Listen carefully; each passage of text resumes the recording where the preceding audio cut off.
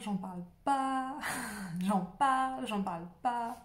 J'ai envie de le dire, et en même temps j'ai pas envie, j'ai envie de le garder pour moi. C'est un peu comme ces débuts de projet, je sais pas si tu vois ce que je veux dire. C'est un projet, il est tout au début, du coup il est encore fragile, et puis en même temps, si j'en parle, je vais devoir aller jusqu'au bout, donc ça c'est un peu stressant aussi. En fait, la question c'était pas si est-ce que j'en parle ou est-ce que j'en parle pas, mais c'était quand est-ce que j'en parle. Je me dis que tout le processus autour de ce projet est super intéressant à partager, qui fait partie du projet aussi. Donc j'ai décidé d'en parler. Je suis en train de faire un oracle, de créer mon oracle. Donc je vais revenir un petit peu en arrière sur comment j'en suis arrivée là. Alors les oracles, ça fait super longtemps que je m'en sers, les oracles, les tarots. Je pense que le premier que j'ai eu, je devais avoir 17 ou 18 ans. Donc je m'en sers très souvent, hein, pour moi, je m'en sers dans mon business, dans ma vie. Je m'en sers beaucoup, j'ai énormément d'oracles. C'est un des premiers trucs que tu vois quand tu rentres, en tout cas quand tu viens dans mon salon, parce qu'ils sont dans la table basse et ils sont visibles. C'est vraiment un des premiers trucs qu'on voit, et il y a 2 caisses énormes en bois qui sont remplies d'oracles. Donc c'est vraiment un truc que j'adore depuis longtemps, et j'en ai vraiment beaucoup. Et puis surtout depuis que je suis entrepreneur sur le web et tout, je vois beaucoup de personnes qui écrivent un livre. Tu vas me dire là, c'est quoi le rapport entre le livre et l'oracle? En fait, c'est de la création déjà. Et de voir qu'il y avait plein de personnes qui écrivaient un livre, c'est venu titiller quelque chose chez moi de l'ordre de j'ai aussi envie de créer quelque chose. Pendant plusieurs mois, je me suis dit que ce serait sûrement un livre. J'y ai beaucoup pensé, je me suis demandé quelle histoire, qu'est-ce que je raconterais, comment... Enfin, voilà, je me suis posé pas mal de questions au sujet de l'écriture d'un livre. Et ça n'a jamais vraiment... ni abouti, ni raisonné complètement pour moi, et je me voyais pas écrire un livre. Au mois de janvier, en me promenant au hasard sur Facebook, en glandant bien fort sur Facebook, ouais, je tombe sur une publication de quelqu'un qui dit « Ah, j'aimerais bien faire un accompagnement pour des personnes qui ont envie de créer leur oracle. » Voilà, moi j'en ai créé déjà plusieurs, donc je vais créer un accompagnement pour ça. Si les personnes qui... ont envie un jour de créer un oracle, pouvaient juste répondre à mon questionnaire, ça me permettrait de savoir quel type d'accompagnement pourrait vous aider, qu'est-ce que je pourrais proposer. Je me dis, un oracle, ça pourrait être cool. C'était un truc que je m'étais déjà dit avant, hein, de l'ordre de la création, mais ça pourrait être cool, mais en même temps, c'était complètement impossible, trop grand.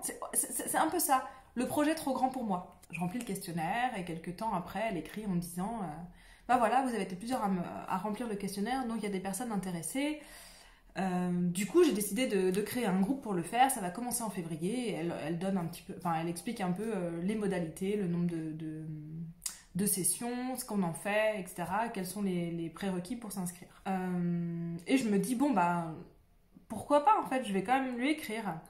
Donc je lui écris, je lui donne un peu, il fallait faire un dossier de candidature. Pourquoi j'ai envie d'un oracle, qu'est-ce que j'ai envie de transmettre. Où j'en suis au niveau artistique, c'est quoi mes créations. Alors là, je bug total, parce que je me reconnais absolument pas comme une artiste, je ne me reconnais pas dans la création. Je lui dis, voilà ce que j'ai déjà fait, quelques tableaux par-ci, par-là, qui n'ont rien à voir les uns avec les autres. Je lui montre comme ça des choses que j'ai fait. Alors elle parle aussi de collage, de choses comme ça, alors comme je fais des arrangements, dans le salon quand c'est les fêtes celtiques genre Yule, là je venais de faire l'arrangement de Yule dans le salon, donc je lui envoie la photo de ça, bref, voilà. Je détourne un peu le truc, mais je lui dis, de toute façon, l'oracle pour moi il y a vraiment un côté, je sais, j'ai une idée un petit peu conceptuellement de ce que je veux, mais l'illustration ce sera pas moi. Je trouverai quelqu'un qui va faire the illustration de cet oracle, ça va être un truc magnifique, avec plein de détails, et des trucs super chiadés quoi au niveau du dessin. Bref, elle me répond que je peux rentrer dans le groupe, donc je commence l'aventure. Et là, donc là, au moment où je te parle, on est le 20 février. On a fait 4 séances, je crois. Donc on est à peu près à la moitié de l'accompagnement. J'ai pas fait encore beaucoup de choses, mais en gros, ce qui s'est débloqué pendant cet accompagnement, c'est que je suis en train de créer le visuel de mes cartes oracles. Donc c'est-à-dire que je fais l'illustration. C'est de l'aquarelle, mais c'est des couleurs assez intenses. Est venue au départ la question de l'émotion qui était très présente, donc de l'émotion, de la transformation des émotions. Et du coup, l'aquarelle avec l'eau, c'est un peu imposé à moi dans les matériaux à utiliser pour peindre. Et en même temps, il y avait quelque chose de très intense dans la transformation. C'est un peu ce qui est venu, c'est un peu imposé à moi. Et du coup, au niveau des couleurs, j'avais vraiment envie de quelque chose de très intense. Et en même temps, de simple. Il y a vraiment une histoire de simplicité autour de cet oracle. Et donc, j'ai commencé à faire ma première carte. Alors, je vais peut-être te montrer la première fois que j'ai testé l'aquarelle et où j'ai été super dégoûtée du résultat.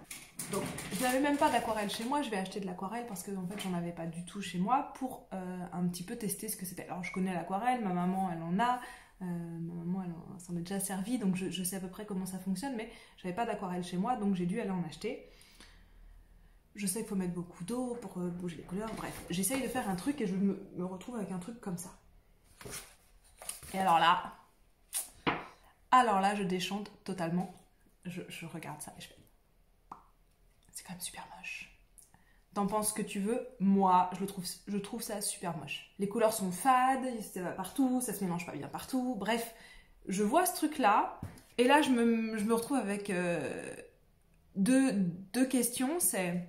Ok, est-ce que si je veux vraiment faire ce jeu de cartes oracle moi-même, je dois attendre d'être expérimentée en aquarelle, donc attendre de m'améliorer et de devenir vraiment bonne à l'aquarelle, ou est-ce que je dois accepter que mon jeu sera en fait moche à mes yeux?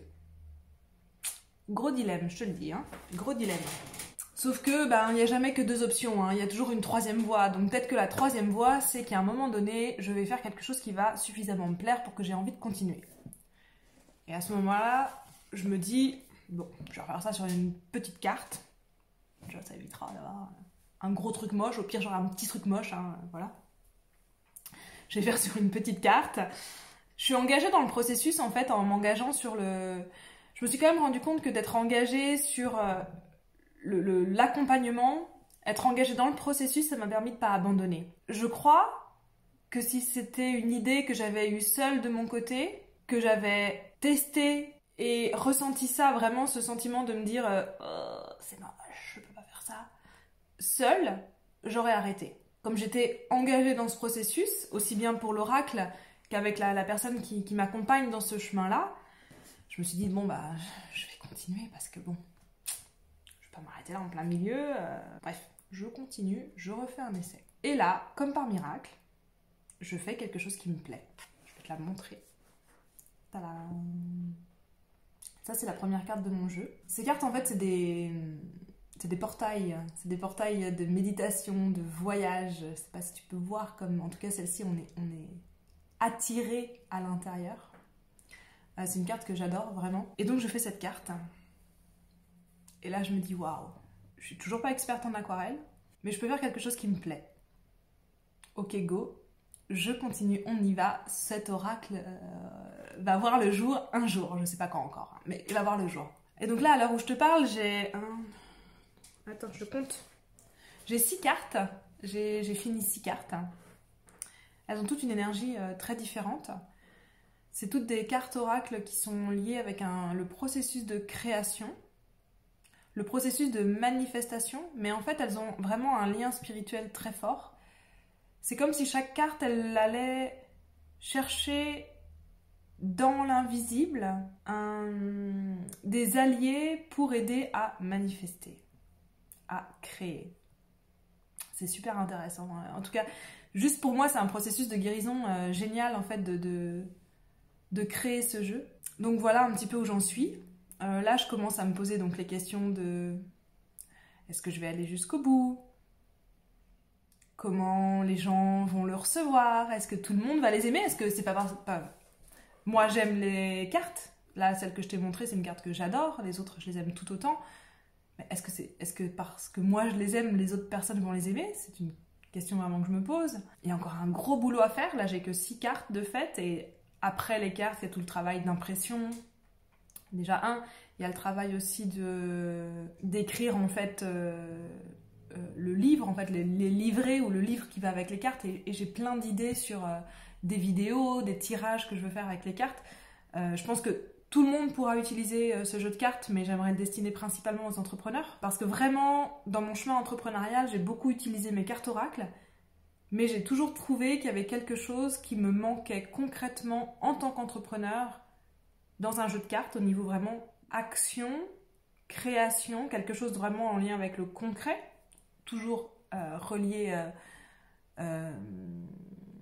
au monde invisible, et voilà, mais j'ai trouvé toujours qu'il me manquait quelque chose de vraiment concret là, à me dire ok, là mon business ça va pas, mon offre ça va pas, je gagne pas d'argent avec ce client, ça... Bref, tous ces trucs là qui sont vraiment du concret de tous les jours. Il y a des moments où les oracles que j'utilisais ne me convenaient pas à 100%, même s'il y a énormément d'oracles géniaux.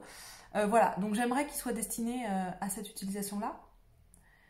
Je me laisse encore la possibilité de changer ça, ça va dépendre aussi de ce qui arrive dans les cartes suivantes. Le processus aujourd'hui de création, il ne m'appartient pas complètement. Je me laisse traverser en fait par les prochaines cartes. Ça fait partie du processus que je vis. C'est pas mentalisé. Je me mets pas devant une carte en me disant tiens, je vais faire un dessin comme ça, comme ça, comme ça. Je me mets devant une carte, je peins.